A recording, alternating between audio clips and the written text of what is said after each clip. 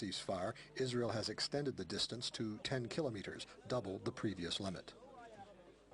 Mifle Abu Riala says the blockade destroyed Gaza's fishing industry. Two-thirds of the fishermen have quit. Our hope is to lift the siege and live in security, and that they will open the sea for us completely. The recent bombardments destroyed the Fishermen's Cooperative and Port Authority building, along with many other government structures in Gaza.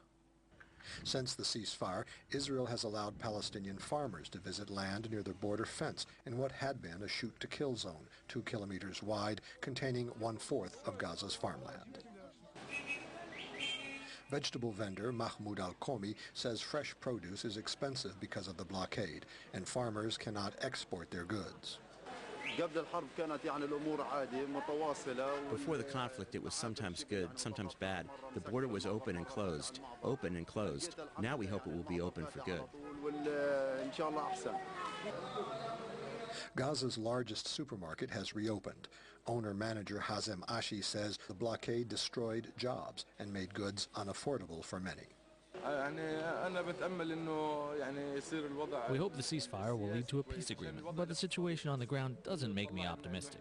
First, you have to improve the political situation. Then the economic situation will improve.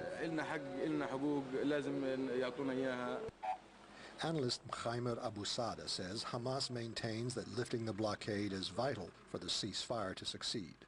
No, this is one of Hamas' conditions for the ceasefire, and at the long term, that would mean Hamas will not be subjected to isolation, will not be subjected to siege or blockade. Israel says it will end the blockade if Hamas stops smuggling in weapons. Many Israelis doubt this will happen given past experience, but that does not prevent people on both sides from hoping, at least for now. Scott Bobb, VOA News, Gaza City. A campaign is underway worldwide to bring attention to try to stop gender-based violence. A division of Rutgers University in New Jersey launched the 16 Days of Activism Against Violence campaign on Sunday to coincide with the United Nations International Day of the Elimination of Violence Against Women, which the UN officially commemorates Wednesday. The UN recently launched an initiative called Commit to pressure governments to establish new policies to protect women. It is estimated that 7 in 10 women will be beaten, raped, or abused in some other way in their lifetime. Now, joining us from New York to discuss this topic further is Letty Chiwara, Regional Director of the African Division at UN Women. Thank you so much for joining us today, Ms. Chiwara. Thank you. Thank you very much. Good morning. Such a pleasure. If you could maybe first off start off by explaining to us the initiative, this Commit. How will it really differ from some of the, or how will it change anything? Because there are already laws in place that are supposed to protect women that governments have signed on to. Commit is really about getting governments to now take action, to take those commitments that they have made in various forms into reality by putting into place the services that can support the survivors of violence, by putting into place budget allocations that will provide the resources that are needed to address the issue of violence against women, by ensuring that those actions and perpetrators are actually taken to justice. So it's about action. It's about action, and now there have been some action that has taken place. Some people have even been, either jailed or penalized in some other way. Awareness is high. There have been campaigns all these years, yet it seems as though the violence is increasing. To your knowledge, what is fueling this?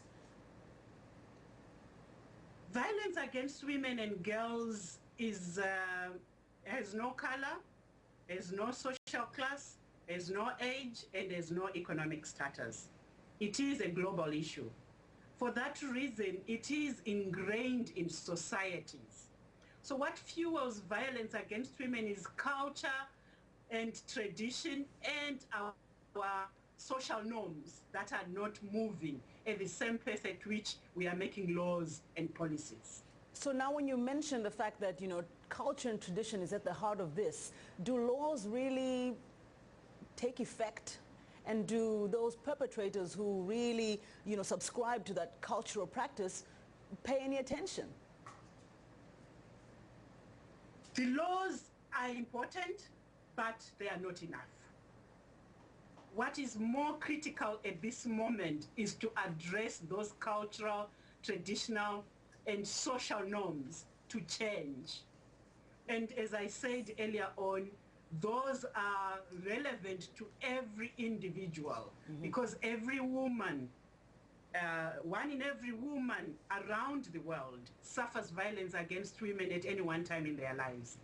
And therefore, with the laws, but without changing the cultures and the way people behave and the gender relations in the homes and in the communities, we will not move with ending violence against women. Finally, Ms. Chiwara, before you go, what other strides that you can say have been made since, say, days like the elimination of violence against women have been observed?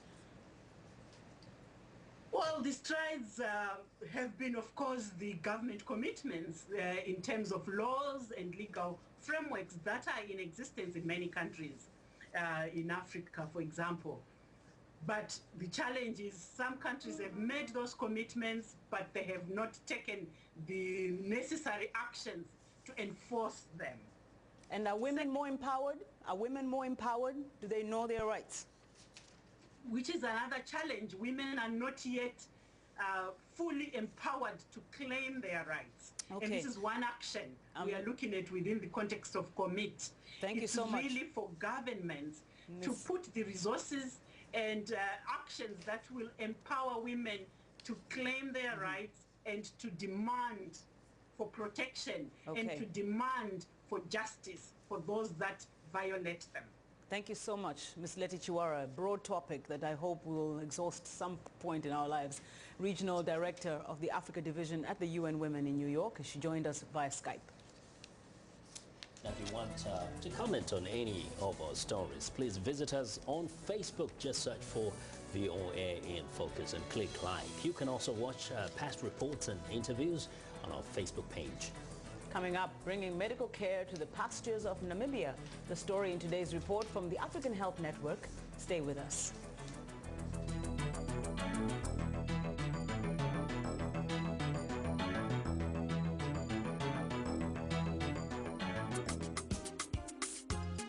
Lively debate, global perspectives, audience participation.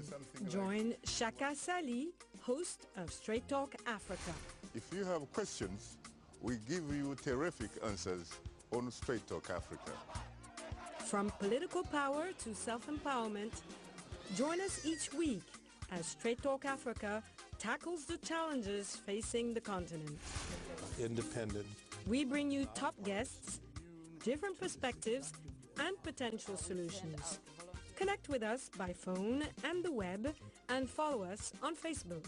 Let's keep the African hope alive.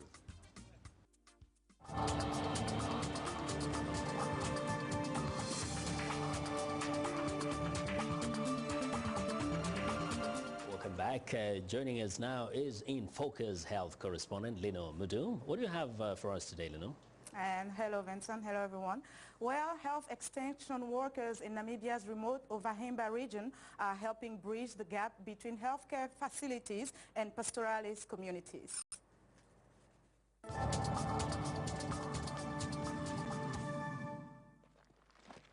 Vemupomambo Jivinda lives in Namibia's northwest Kunene region. The mountainous, dry and sparsely populated part of the country is home to the nomadic Ovahimba people. They are traditionally pastoralists and are often on the move in search of water and pasture for their cattle. The tough terrain here makes it difficult to reach households easily. Chivinda provides mobile healthcare services to children in the community.